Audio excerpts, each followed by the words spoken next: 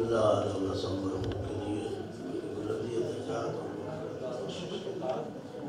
اور آپ کے مرحومین کے لیے شہداء اسلام، شہداء ملت، شہداء پاکستان، بھارت چنار، لبنان، شام، ایران، عراق، اور پھر وہ مرحومین جن کے لیے کوئی ہاتھ اٹھانے والا اور فاتحہ کہنے والا نہیں، ایک مرتبہ سورہ فاتحہ۔ بسم اللہ الرحمن الرحیم، الحمد للہ الرحمن الرحیم، مالک یوم الدین، اهدنا الصراط المستقیم، صراط الذین انعمت علیہم غیر المغضوب علیہم ولا الضالین۔ بسم اللہ الرحمن الرحیم، قل هو اللہ احد اللہ الصمد لم یلد ولم یولد ولم یکن له کفوا احد۔ بسم اللہ الرحمن الرحیم، قل هو اللہ احد اللہ الصمد لم یلد ولم یولد ولم یکن له کفوا احد۔ بسم اللہ الرحمن الرحیم، قل هو اللہ احد اللہ الصمد لم یلد ولم یولد ولم یکن له کفوا احد۔ اللہم صل علی محمد۔ نعرہ تکبیر، نعرہ تکبیر، نعرہ رسالت، نعرہ رسالت، نعرہ حیدری، حیدری، نعرہ صلوات۔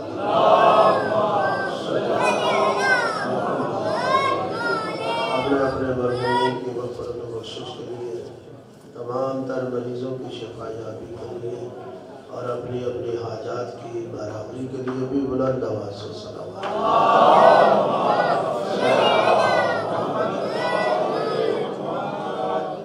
دشمنان اسلام خصوصاً امریکہ اور اسرائیل، یہود اور ہنود کی نابودی و بربادی کے لیے بھی صلوات۔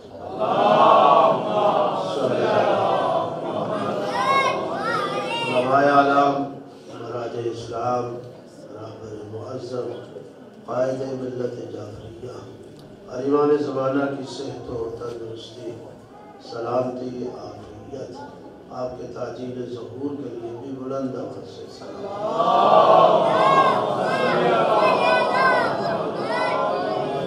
اعوذ باللہ من الشیطان الرجیم، بسم اللہ الرحمن الرحیم، الحمدللہ، الحمدللہ رب العالمین، والعاقبۃ للمتقین، وجنۃ للموحدین المؤمنین المطیعین العارفین الکاملین، والنار للمعاندین المخالفین المخاصمین المنکرین العاصین الحاسدین۔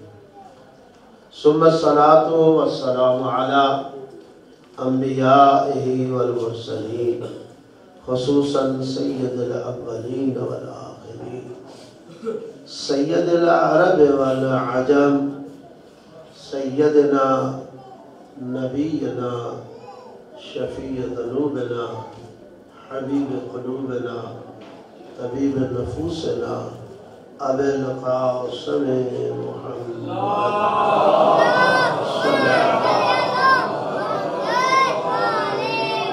وعلى آل بیتہ الطیبین الطاہرین المعصومین المنتخبین المنتجبین، من یومنا ھذا الى یوم الدین وبعد یوم الدین، ولعنۃ الدائمۃ الابدیہ على أعدائهم ملعونين أجمعين، من أول يوم العداوة إلى يوم الآخر وبعد يوم الآخر.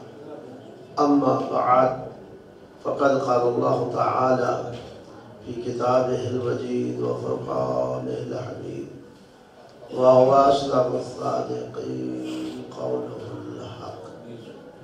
بسم الله الرحمن الرحيم، كل نفس ذائقة الموت، صلوات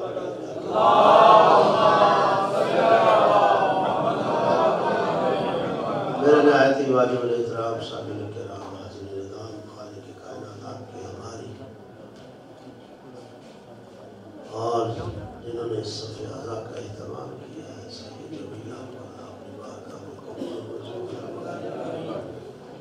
اللہ رب العزت ان مجالس کو جہاں ہمارے لیے ذریعہ ہدایت قرار دے وہاں وسیلہ نجات بھی ٹھہرائے، چونکہ مجلس ترہیم ہے، اصال ثواب کے حوالے سے مجلس ہے، اور جس شخصیت کے حوالے سے مجلس ہے ان کے ساتھ ہمارا رشتہ 2-4 ہفتوں یا مہینوں یا سالوں کا نہیں، کم از کم 45 سالہ پرانا رشتہ ہمارے بھائی تھے، اور ان کے گھر والے ہماری ہمشیرہ، پرانا رشتہ یہاں تک وہ بھی اسی مدرسے سے پڑھے، ہم بھی اسی مدرسے سے پڑھے، جامع منتظر سے وہ بھی کوپے گئے، ہم بھی کوپے گئے، وہاں بھی ہمارا رشتہ مواسی رہے، کلاسی رہے، ہم خانہ رہے، آج تک یہ رشتہ قائم ہے، انشاءاللہ اس خاندان کے ساتھ قائم رہے گا۔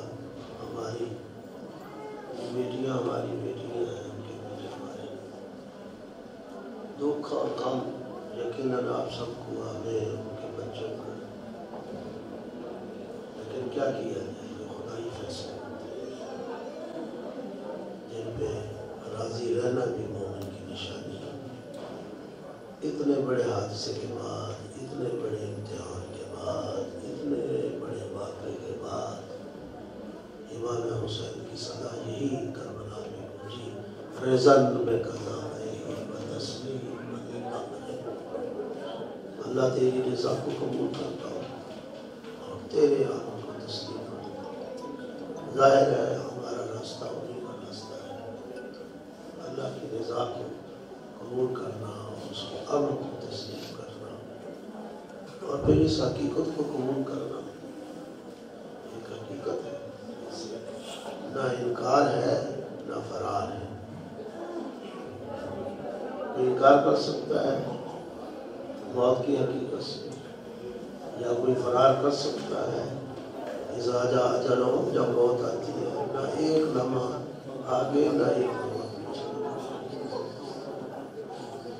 یہ نہیں دیکھتی کسی کے مال کو، کسی کو حسن و جمال کو، کسی کے کمال کو، کسی کی شخصیت کو، کسی کی طاقت کو، کسی کے سلطے کو، کسی کے اقتدار کو نہیں دیکھتے، اس کے بازو کتنے ہیں، اس کی برادری کتنی ہے، اس کا خاندان کتنا ہے، اس کا قبیلہ کتنا بڑا ہے، اس کے جانے والے کتنے ہیں، اس کے رشتے کتنے ہیں، نہیں۔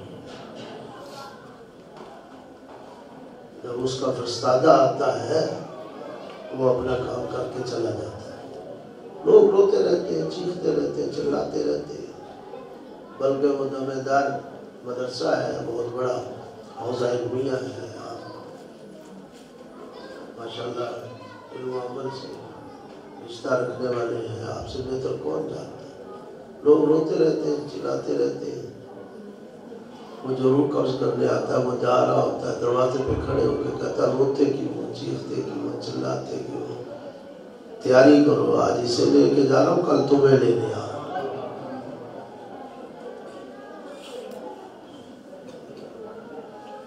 ہمیں خبردار کرنے کے لیے بھی یہ موت، ساتھیوں کا چلے جانا، عزیزوں کا چلے جانا، رشتہ داروں کا چلے جانا، موت سے نہ کوئی بچ سکا نہ فرار کر سکا۔ وَلَا كُنْتُمْ فِي بُرُوجٍ مُشَيَّدَةٍ، جاؤ پتھروں کے پہاڑوں میں اپنے آپ کو چھپا لو،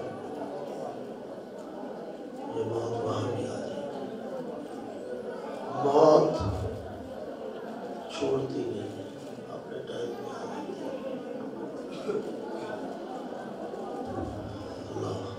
جب عبد مرسل نہ رہے کون رہے گا؟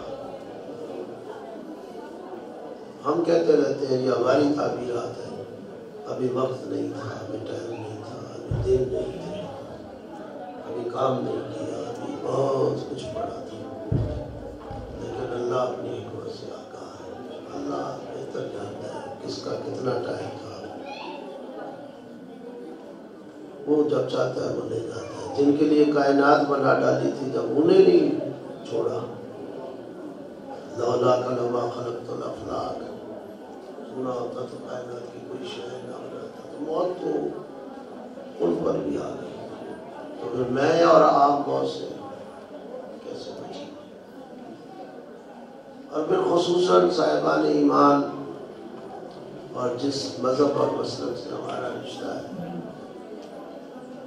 ہمیں تو موت سے گھبراہٹ نہیں ہونی چاہیے، ہمیں موت سے خوف نہیں ہونا چاہیے۔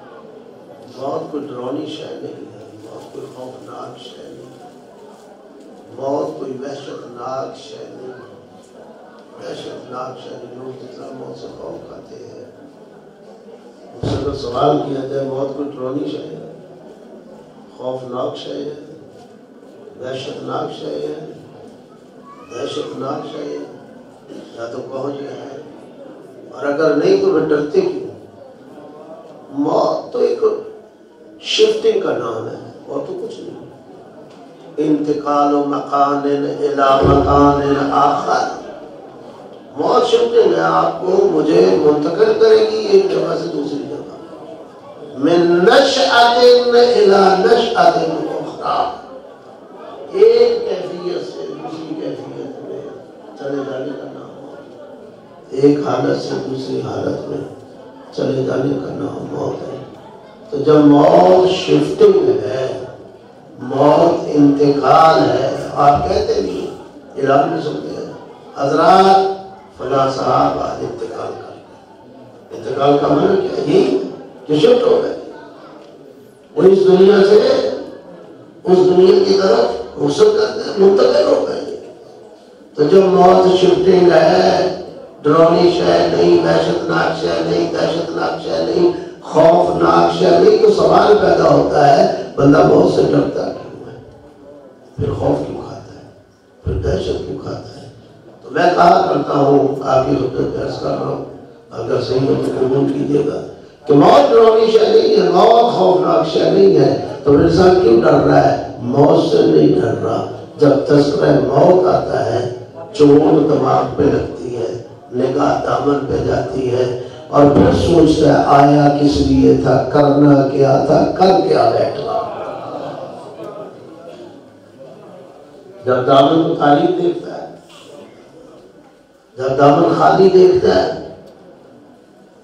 جب اعمال میں نگاہ پڑتی ہے، جب نام اعمال کی طرف متوجہ ہوتا ہے، جب اپنے کردار اور کریکٹر کی طرف توجہ کرتا ہے، تو پھر چوٹ لگتی ہے نا، کس لیے آیا تھا، کرنا کیا تھا، کر کیا بیٹھا۔ اس لیے موت کو قبول کرنے کے لیے تیار نہیں۔ وَإِلَّا دامن پاک ہو، دامن صاف ہو، اعمال ٹھیک ہو، زندگی صحیح گزاری ہو، تو موت کی تو آنکھوں میں آنکھیں ڈال کے چلے گئے۔ اور ہم جس مکتب سے تعلق رکھتے ہیں وہاں تو ہمیں موت کا ذائقہ بھی بتایا گیا ہے کہ اہل من العسل، موت تو شہد سے بھی زیادہ میٹھی۔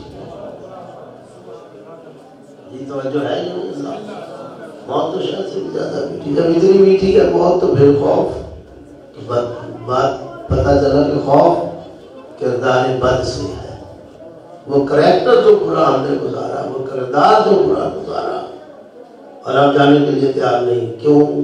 اس لیے کہ دامن گناہوں سے بھرا ہوا اور اٹا ہوا ہے۔ لیکن یہ رحمان ہے، یہ رحیم ہے، یہ کریم ہے، وہ پھر بھی انسان کو موقع دیتا ہے، موقع دیتا ہے۔ کسی نے معصوم سے پوچھا تھا چھٹے امام سے، لیکن دائیں دوا، ہر بیماری کا علاج ہے، تو پھر موت کا علاج کا دوا الموت التوبہ، موت کی بھی دوا ہے۔ صلوات پڑھ لیجیے گا،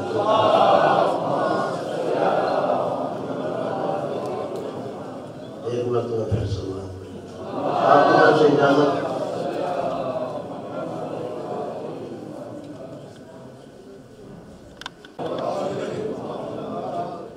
مولا موت کی دعا کا موت کی دوا ہے، کیا دوا اور موت اور توبہ،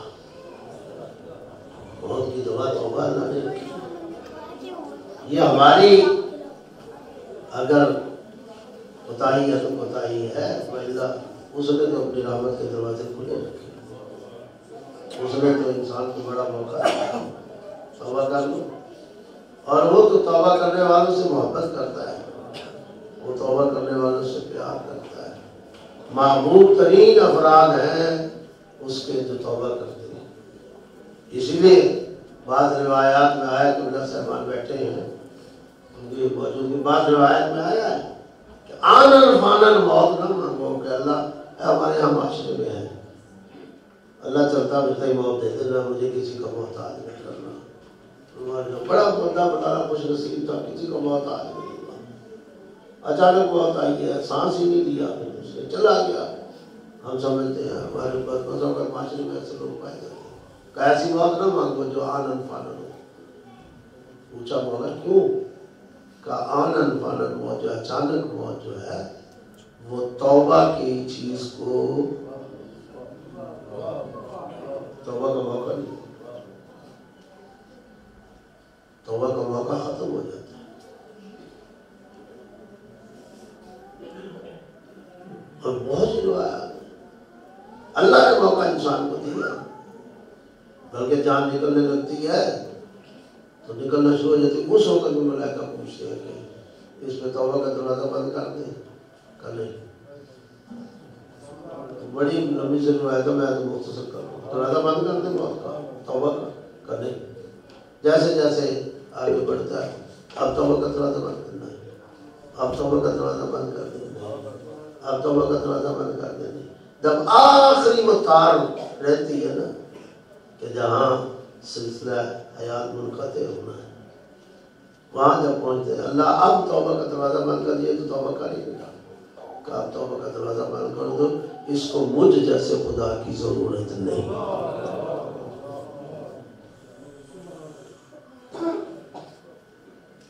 مگر اس کے بعد بھی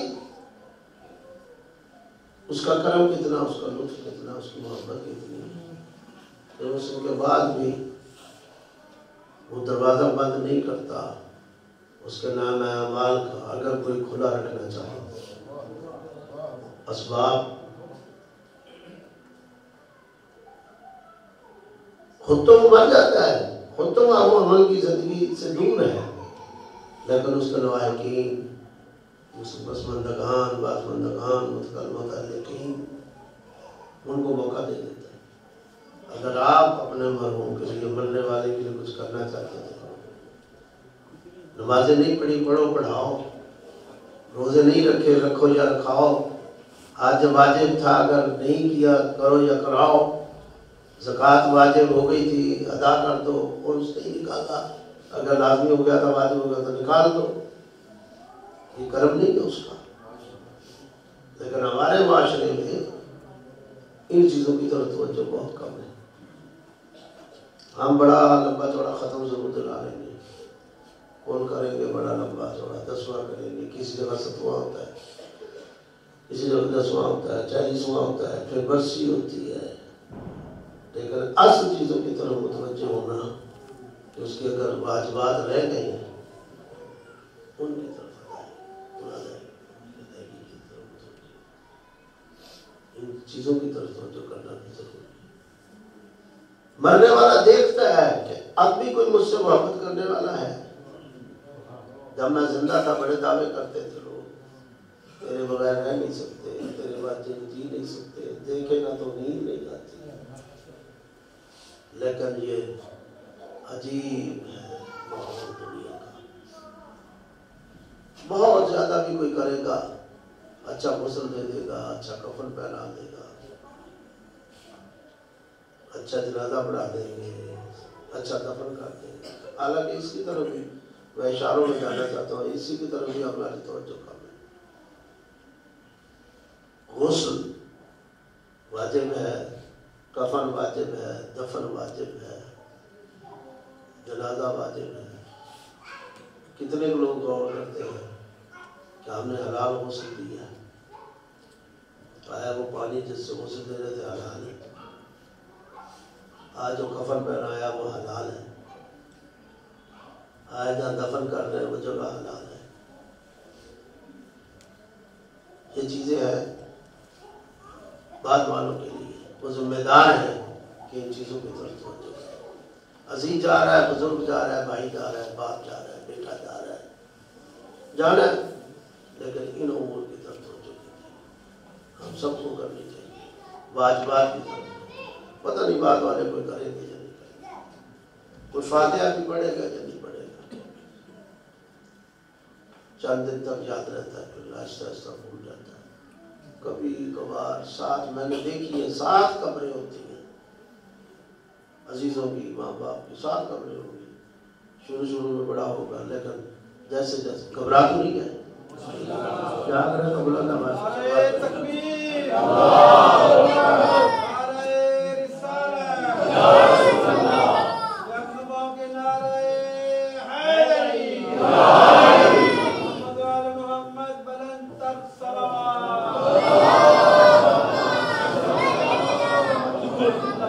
آپ نے دیکھا ہوگا، اور یہ مشاہدے کی بات ہے، تجربے کی بات ہے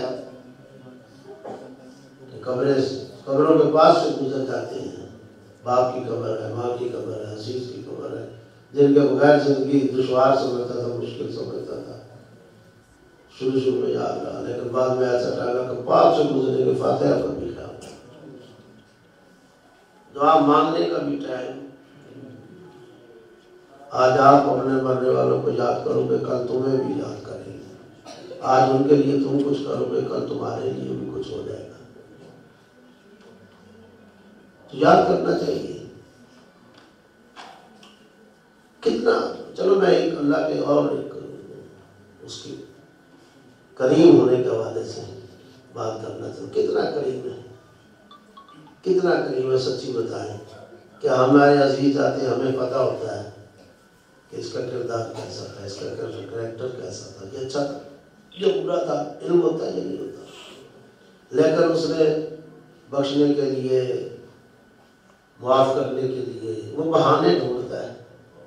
جو ساری زندگی جھوٹ بولنے سے روکتا ہے، وہ کہتا ہے ادھر اگر تو اس کی خطاؤں کو جانتا بھی ہے تو جھوٹ بول، کیا ہے کہ اللہم انا لا نعلم منہ الا خیرا،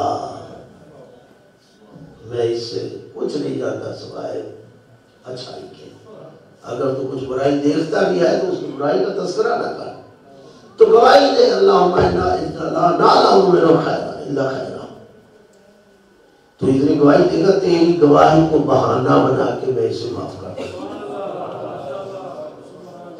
معافی کے وہ بہانے ڈھونڈتا ہے، اتنے بندے روایات میں، اتنے بندے اگر کھڑے ہو کر دعا کر لیں تو اللہ کہتا میں معاف کر دیتا ہوں، اسی کو کہا ہے۔ اللہ مجھے بتائیے، محبت فرمائے کہ یہ دفن کرنا، یہ کفن پہنانا، یہ غسل دینا کوئی ضروری ہے، یا جنازہ پڑھنا اتنے بندوں کا، یہ ایک بندہ بھی 2 بندے بھی کام کر سکتے تھے، لیکن کیوں ہے اتنی زیادہ تاکید کی گئی ہے؟ جنازے میں آؤ، اعلان بھی کرو، اور اعلان بھی کرو، رشتہ داروں کو بلاؤ، عزیز و اقارب کو بھی بلاؤ، محلے داروں کو بھی بلاؤ۔ ایک بندہ لے جا کے قبر میں اتار سکتا تھا، نہیں، اس کی کئی وجوہ ہیں، اور ساری تو میں ذکر نہیں کر سکتا، نہیں، بلاؤ، اعلان کرو، اعلان کرو، شہردار آئے، رشتہ دار آئے، احباب آئے، تاکہ میں دنیا کو بتانا چاہتا ہوں میرا بندہ دنیا سے گیا ہے، اسے عزت اور شرف سے قبرستان میں پہنچایا، یہ عزت دو، یہ شرف دو، یہ میرے بندے کی عزت ہے، یہ میری مخلوق ہے، یہ اس کا مقام ہے، یہ اس کا شرف ہے، یہ اس کی عزت ہے، اسے ایک بندہ نہیں اٹھا کے لے جائے گا۔ اعلان کرو، اعلان کرو، بڑے اہتمام کے ساتھ جاؤ، دوڑ کے نہیں جانا، آہستہ آہستہ نہیں جانا، ہو سکتے نا تو سخت آدمی نہیں لگانا، میرا بندہ ہے موت کی تکلیف سے گزرا ہے، بات سمجھ رہے ہیں، موت کی تکلیف بھی آپ تو مدرسوں کے ساتھ مدرسوں کی اتنی تکلیف ہوتی ہے۔ جناب سلمان فارسی نے جس مردے سے کلام کیا تھا تو اس سے آپ نے یہ سوال کیا تھا موت کی تکلیف کتنی ہوتی ہے؟ کہا اگر مقراض سے، کینچی سے زندہ قیمہ بنایا جائے اس کی تکلیف کم ہے موت کی تکلیف سے زیادہ۔ کہا اتنے 100 سال ہو گئے مجھے مرے، میں آج بھی موت کی تکلیف محسوس کرتا ہوں، میرا بندہ موت کی تکلیف سے گزرا، اسے نہلانا تو نرم ہاتھ سخت ہاتھ نہیں لگانے، اٹھا کے پھینکنا نہیں ہے، لے کے دوڑ نہیں پڑنا، میری محبت کا پیار سے، عزت سے، احترام سے. پھر جب قبرستان پہنچو تو یکدم نہیں لے جانا، بیٹھو خود سے. یہ اس ماحول سے آشنا نہیں ہے، اس کیفیت سے واقف نہیں ہے. ابھی خوف ہے تاکہ یہ آہستہ آہستہ حوصلے میں آ جائیں. رکھ دو اس بار، پھر اٹھاؤ، پھر لے جاؤ، پھر رکھو، پھر لے جاؤ، پھر کرو. کتنا خیال ہے اللہ کو. اچھا دفن کر لیا ہے، دعا مفرد کرو، کتنے قدم دور چلے جاؤ، پھر دعا کرو. کتنے موقع اللہ دیتا ہے، کتنے موقع. اگر ٹائم نہیں، میں اس ٹائم کی طرف خیال کر رہا ہوں. میں ایک تفصیل سے آپ کو بتا دیں کہ اللہ جگہ جگہ بہانے ڈھونڈتا ہے انسان کو معاف کرنے کے، بہانے ڈھونڈتا ہے. وہ بدبخت ہے جو ان بہانوں سے بھی نکل جائے. اس لیے اپنی زندگی کو پہچاننا چاہیے. مرحوم حضرت علامہ حجت الاسلام میرے بھائی عبدالعلی عالم پوری صاحب کوئی غریب شخص نہیں تھے، بہت دولت مند تھے، بہت امیر تھے. اللہ نے بہت کچھ انہیں دیا تھا، لیکن جس دولت کو میں دولت سمجھتا ہوں اور کہہ رہا ہوں، شاید آپ متوجہ نہیں ہوئے، وہ دولت علم کی دولت تھی، وہ دولت دین کی دولت تھی. اللہ نے نوازا. اصل دولت تو وہ ہے. ایک شخص آتا نا، آگے مولا کو کہتا اللہ نے آپ کو کیا دیا؟ جو کچھ دیا آپ کے دشمنوں پر، مال ان کے پاس، سلطان ان کے پاس، اقتدار ان کے پاس، سلطنت ان کے پاس، دولت ان کے پاس، آپ کے پاس کیا ہے؟ تو آپ نے سر اٹھایا، اس کی آنکھوں میں آنکھیں ڈال کے کہا رضینا فی قسمت الجبار فینا لنا علم وللأعداء مال. ہم اللہ کی اس تقسیم پہ راضی ہیں کہ جس نے ہمیں علم دیا اور ہمارے دشمنوں کو مال.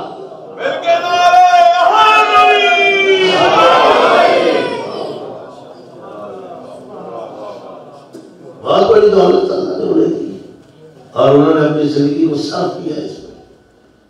تحصیل علم میں گزاری زندگی، یہاں پاکستان میں گھومنے گئے، پھر پاکستان آ گئے، خدمات ساری زندگی ہونا بچونا. ماشاءاللہ یہ تبلیغ دین دینا. ایک ایسا شخص جو ساری زندگی اس میں، دنیا تو اتنی غافل ہے، دنیا کے بکیڑے اتنے ہیں، انہیں ہوش ہی نہیں ہوتا. لیکن اللہ نے جس دولت دی، انہوں نے اس دولت کو نچھاور کیا، اس دولت کو تقسیم کیا. اور واقعی یہ وہ دولت ہے جو تقسیم کرنے سے بھی ختم نہیں ہوتی. یہ دولت ہے جو تقسیم ہونے سے بھی، خرچ کرنے سے بڑھتی ہے. اور اصل یتیم کون ہے؟ ہم تو سمجھتے ہیں یتیم وہی ہے کہ جس کے ماں باپ نہ رہیں، اسے کہتے ہیں یتیم مسکین. کبھی مولا سے پوچھو، دیوانی امیر المومنین میں یہ شعر موجود ہے. میں آپ کی زحمات کو بھی زیادہ نہ کروں، جلدی کروں ختم. کسے یتیم کہتے ہیں؟ مولا سے پوچھو دیوانی امیر المومنین. کسی نے سوال کیا ہوگا نا، مولا کسے یتیم کہتے ہیں؟ تو امیر المومنین کا شعر موجود ہے، لیس الیتیم قد مات والدہ. یتیم وہ نہیں ہے، مولا فرماتے ہیں جس کے ماں باپ نہیں ہے. مولا پھر کون ہے؟ بل الیتیم الیتیم العلم والادب. حقیقت میں یتیم وہ شخص ہے جس کے پاس علم نہیں ہے، جس کے پاس ادب. ادب وہی عمل ہے. یہ دونوں چیزیں ہیں، یہ زیور ہے انسان کا. اگر انسان سمجھے علم و عمل سے، اور اگر اکیلا علم اور عمل نہ ہو تو یہ علم وحشی ہے، کھا جاتا ہے. اس کی نقیل ہے عمل.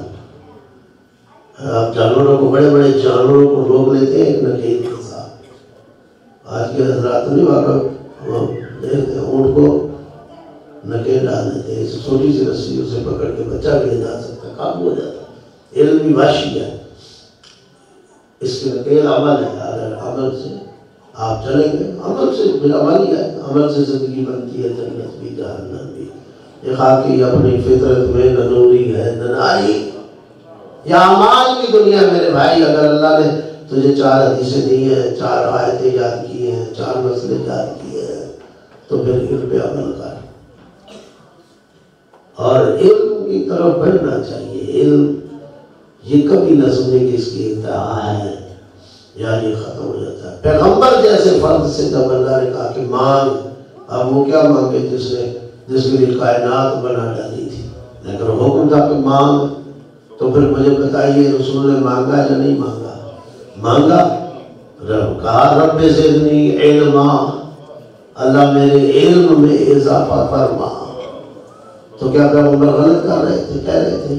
اگر پیغمبر صحیح کہہ رہے تھے تو اگر اضافے کا امکان وہاں بھی ہے تو ہم آپ تو بالکل صفر سے بھی۔ یہ ادارے، یہ اتنا بڑا ادارہ، یہ اللہ کی نعمت ہے، بہت بڑی نعمت ہے۔ اس شہر میں اللہ نے اتنے بڑے بڑے مدارس دیے ہیں، میں جانتا ہوں، میں نے دیکھا، میں اس لیے نہیں بات کر رہا کہ اکبر صاحب اللہ ہمارے سامنے بیٹھے ہیں، تو میں اس وقت بھی آیا جب شروع میں انہوں نے اس جگہ کو لیا تو تمبو لگایا ہوا تھا، یہاں کونے میں بیٹھے ایک سفر کیا ہے۔ دنیا تو سمجھتی ہے اس ادارے میں کہ بہت بڑا ادارہ ہے، بہت بڑا ہے، بہت، لیکن کبھی ان سے جا کے پوچھو نا کہ بنایا کیسے، اس سفر کو آپ نے کاٹا کیسے، یہ آسانی سے ہو گیا؟ زندگی سمجھی ہے انہوں نے، تب یہ ادارہ اتنا بڑا اللہ نے آپ کو ادارہ دیا۔ اسی طرح جہاں ادارے بنے لاہور میں بڑے ادارے، لیکن بدقسمتی یہ ہے، بدنصیبی یہ ہے اس قوم کی کہ اس وقت سب سے زیادہ بدحصی ہے، بے حصی ہے کہ ہمیں شعور ہی نہیں، ہم اپنی اولادوں کو ان اداروں میں بھیجنے کے لیے تیار نہیں۔ سائنسدان بن جائے، انجینئر بن جائے، ڈاکٹر بن جائے، بڑا کاروباری بزنس مین ہو جائے، اور اگر کچھ بھی نہیں کر سکتا تو چلو باہر کسی ملک میں نکل جائے، دینی ادارے میں نہیں بھیجنا۔ اور پھر اسی دینی ادارے سے ڈیمانڈ بڑی ہے، اتنا بڑا ادارہ ہے طالب علم، اور بھائی طالب علم تو مولویوں نے پیدا نہیں کرتے۔ توقعات ہماری ہوتی ہے ایرانی انقلاب کی طرف، ایران میں مجتہدین ہو گئے، مراجع ہو گئے، اتنے بڑے بڑے عام لوگ، ہمارے کیوں نہیں؟ بے تو ذرا دیکھ، تم نے اپنا خام مال دیا کیا ہے؟ وہ اپنا ذہین اور فتین اور متین بچہ جا کے ہو گئے دنیا کو دیتے ہیں کہ یہ ہمارے گھر کا ہیرو ہے، یہ ہمارے گھر کا چاند ہے، یہ ہمارے گھر کا سورج ہے، یہ ذہین متین بچہ ہے، اسے بنائی عالم دین۔ یہی وجہ ہے کہ وہاں مجتہدین بنتے ہیں، وہاں مراجع بنتے ہیں۔ توقعات ہماری ہے کہ ہمیں بھی ایسی شخصیتیں ملیں، لیکن کبھی غور نہیں کیا۔ میں کہتا ہوں اس دور میں مالی تعاون سے بھی اہم ترین تعاون یہ ہے کہ آپ اپنی اولادیں جہاں جہاں بھی ہیں آپ ان اداروں میں بھیجو۔ میرے بھائیوں، مقابلہ نہیں کر سکتے جو مذاہب کی جنگ چل رہی ہے، جس وقت وار ہے ایران اور مذاہب مسالک کی، وہ تیر و تفنگ کی جنگ نہیں ہے کہ وہاں آپ ٹینٹ لے جاؤ، وہاں آپ توپے لے جاؤ، وہاں علمی جنگ ہے۔ ان کا شیخ الحدیث پیدا ہوا، ان کے مفسرین وہ کتابیں لکھ رہے ہیں، ان کے چھوٹے چھوٹے شہر میں میں نے دیکھا ہے 4-4 ہزار 5-5 ہزار کے طلبہ ان کے یہاں پڑھتے ہیں، عام چھوٹے چھوٹے شہروں میں۔ اور ہمارے مدرسے ذرا پوچھو رات دن، اور جب کوئی آگے میں چکا میں خود بھی مدرسے چلاتا ہوں، میں پتا ہے میرے احساس بھی ہے، جب کوئی آگے کہتا جی یہ، پھر اس وقت چوٹ لگتی ہے کہ اس قوم کے لیے میں نے کیا کیا ہے، رات دن کیا، اور بجائے تعاون کرنے کے، بجائے ساتھ چلنے کے، یہ کر کیا رہے ہیں؟ اتنے ٹائم کسی اور شعبے میں لگاتے تو وہاں بھی یہ بھی انجینئر بن سکتے تھے اور ہمارے بھی ڈاکٹر بن سکتے تھے، لیکن انہوں نے زندگی کو صرف کیا۔ اور اللہ نے پھر بھی، اگر آپ نے قوم میں افراد دیے بھی ہیں جیسے بھی دیے ہیں، انہی لوگوں میں سے اللہ نے آپ کو پھر بھی بڑے بڑے پھول نکال کے بتائے، دیے یا نہیں دیے۔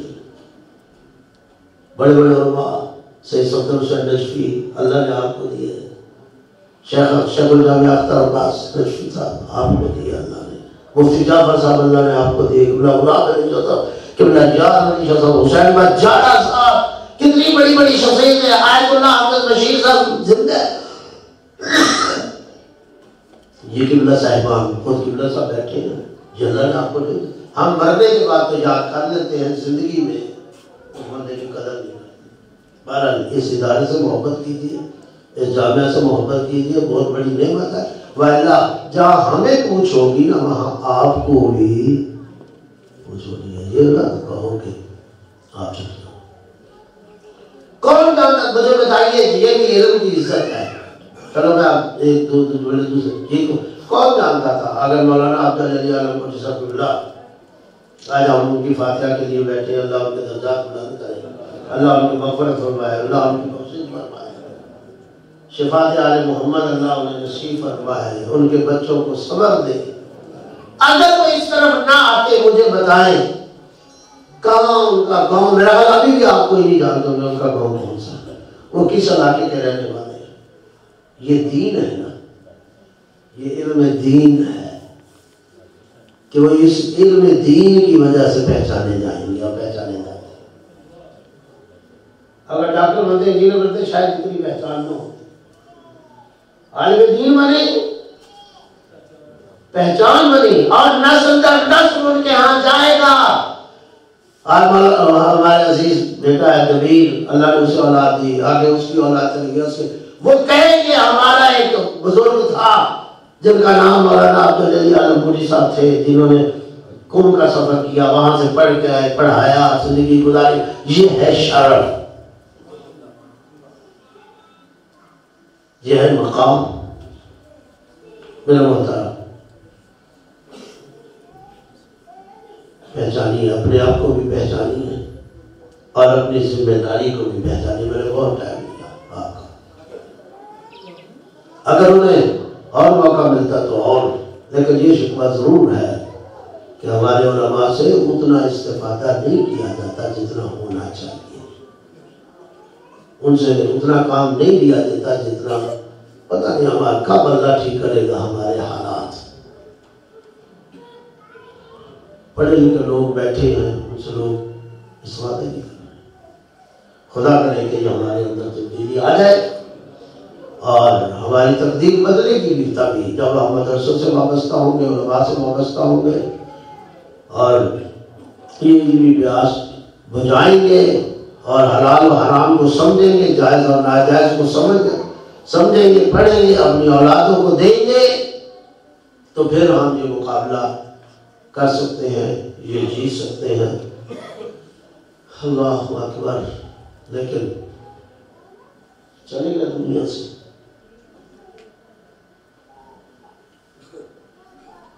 آج ان کی وجہ سے ترہیم ہے۔ اللہ ان کے نام اعمال کھلے رہنے کے اسباب ہمیشہ مہیا فرمائے اور کھلے رہے اسباب۔ بیٹیاں، 2 بیٹیاں، 1 بیٹا، اللہ اس خاندان کو، اس نسل کو آگے بڑھائے۔ اللہ ہماری بہن کو صبر دے، ہماری بیٹیوں کو، بچیوں کو صبر دے۔ میں کہوں گا آغا صاحب، علامہ صاحب قبلہ مرحوم، آپ پھر بھی بڑے خوش نصیب ہیں، بہت خوش نصیب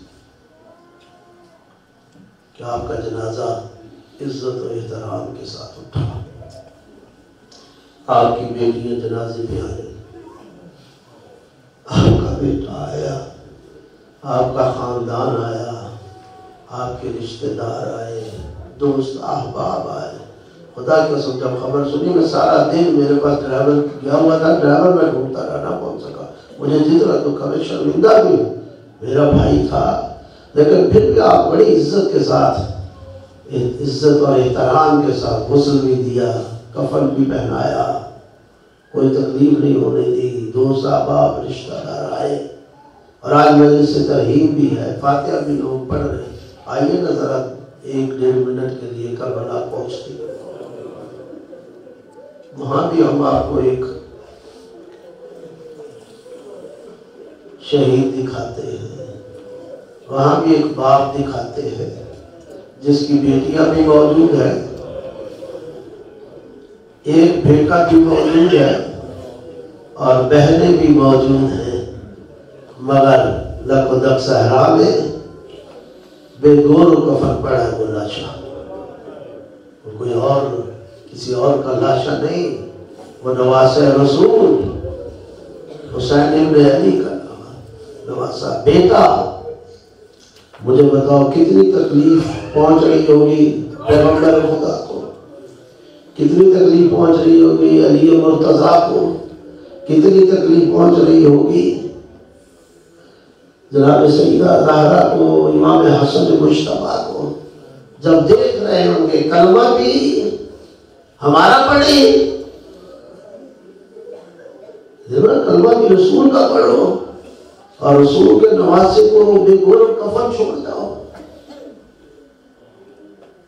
بیٹیوں کو اجازت نہیں ہے رونے کی، بیٹی کو اجازت نہیں ہے، اگر بیٹی رات کی تاریکی میں بھی آ جاتی ہے باپ کے کسی نہ کسی طریقے سے لاشا ڈھونڈ کر، تو تماچوں سے جدا کیا جاتا ہے، اور اتنے تماچے مارے جاتے ہیں کہ مجھے وہ وقت یاد آ جاتا ہے جب شام میں یہ قیدیوں کا قافلہ پہنچا نا، اور یزید کو پتہ چلا یہ بچے کون ہیں، بتایا کہ یہ سکینہ بنت الحسین ہے، یہ فاطمہ ہے۔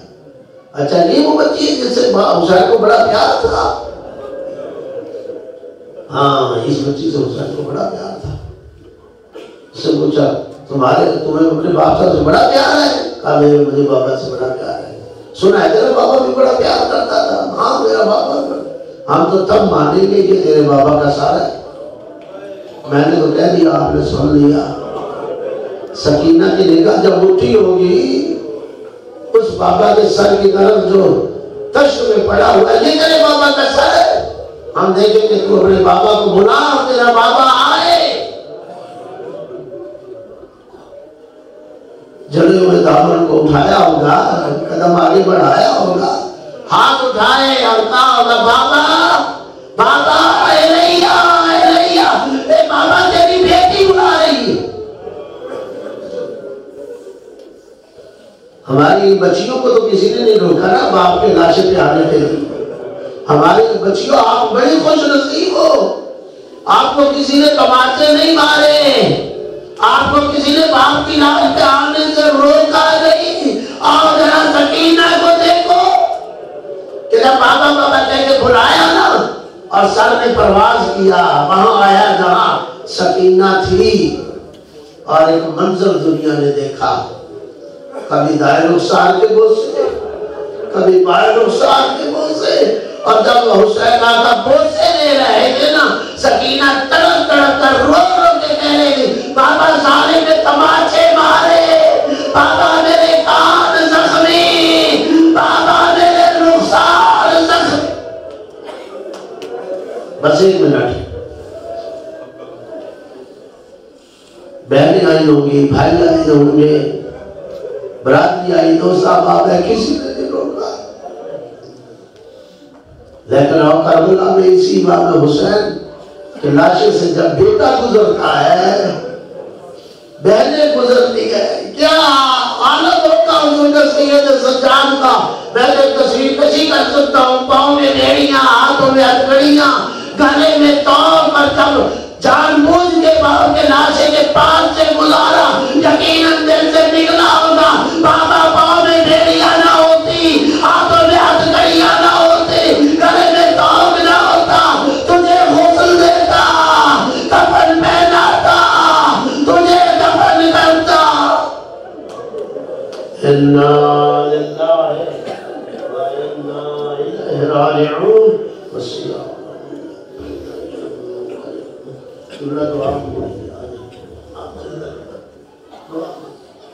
اللهم صل على محمد وآل محمد، اللهم صل على محمد وآل محمد، اللهم صل على محمد وآل محمد، اللهم بحق محمد وأنت المحمود، بحق علي وأنت الأعلى، وبحق فاطر وأنت فاطر السماوات والعرش، بحق الحسن وأنت المحسن، بحق الحسين وأنت قديم الإحسان.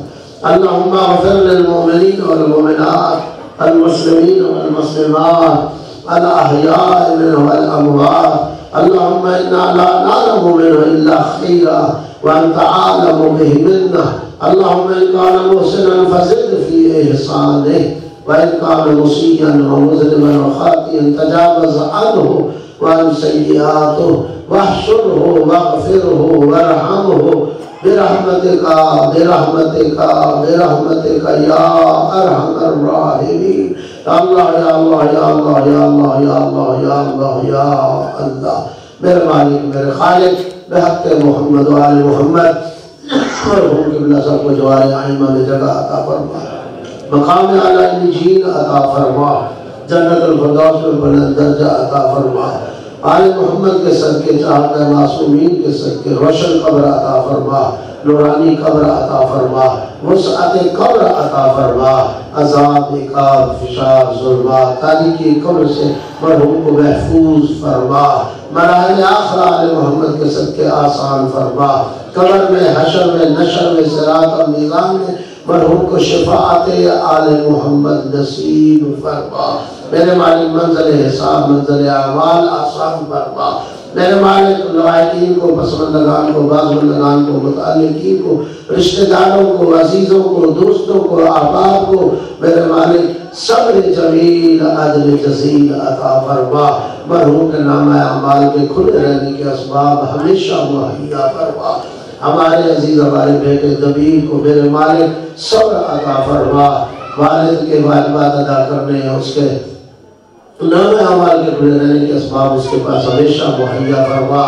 بچیوں کو اپنے والد کے لیے میرے مالک ان کے پاس بھی اسباب مہیا فرما تاکہ والد کے نام اعمال کھلا رہ سکے. میرے مالک میرے خالق ان بچوں کو ہماری عشیرہ کو صبر جمیل عدل جزیل عطا فرما. ہمارے عزیز دبیر کو ہمیشہ کامیابی کامرانی عطا فرما، وسعت رزق عطا فرما، تاخر و تاخر نسل حلال رزق نصیب فرما. اس خاندان کی حفاظت فرما، حوادثات سے انہیں محفوظ فرما، آفات ارضی سماوی سے انہیں محفوظ فرما، شر اعداء شر مخاصمین منافقین عاصین اور حاسدین کے شر سے محفوظ فرما. تاخر و تاخر نسل حلال رزق نصیب فرما. اس خاندان کے جتنے مرحومین ان کی مغفرت فرما. میرے مالک اس ادارے کو دن دگنی رات چوگنی ترقی عطا فرما. اس ادارے کے ساتھ جتنے وابستہ مومنین ہیں ان کی عزت عظمت شان شوقت میں اضافہ فرما. جو اس ادارے کے وابستگان مرحوم ہو چکے ہیں میرے مالک ان کی مغفرت فرما، ان کے درجات بلند فرما، انہیں شفاعت آل محمد نصیب فرما. بالخصوص قبلہ عباس قمی صاحب کو میرے مالک انہیں جوار ائمہ میں جگہ عطا فرما، مقام اعلی علیین عطا فرما، جنت الفردوس میں بلند درجہ عطا فرما.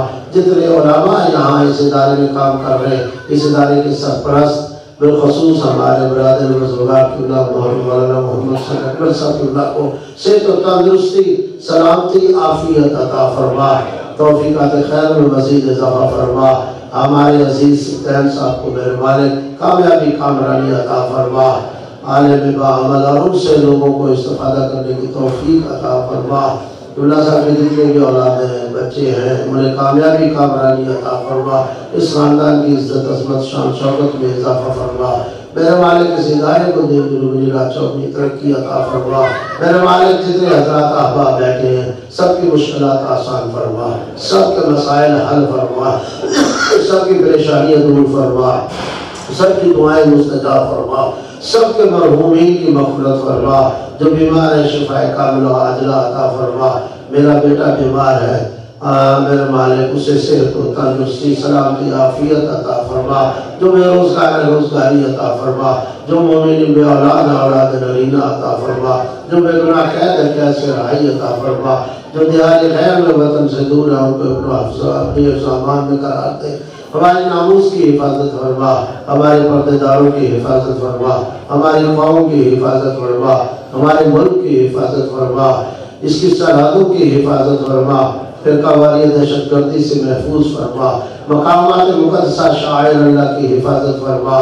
دشمنان اسلام و قرآن و اہل بیت جہاں بھی ہیں جس لباس اور رنگ و نسل میں ہیں انہیں میرے بارے نشت و نابود فرما. امام زمانہ کے جامع ساروں میں ہمیں شمار فرما. آقا اور مولا امام زمانہ کا جلد ظہور فرما. اللہم صلی علی محمد و آل محمد.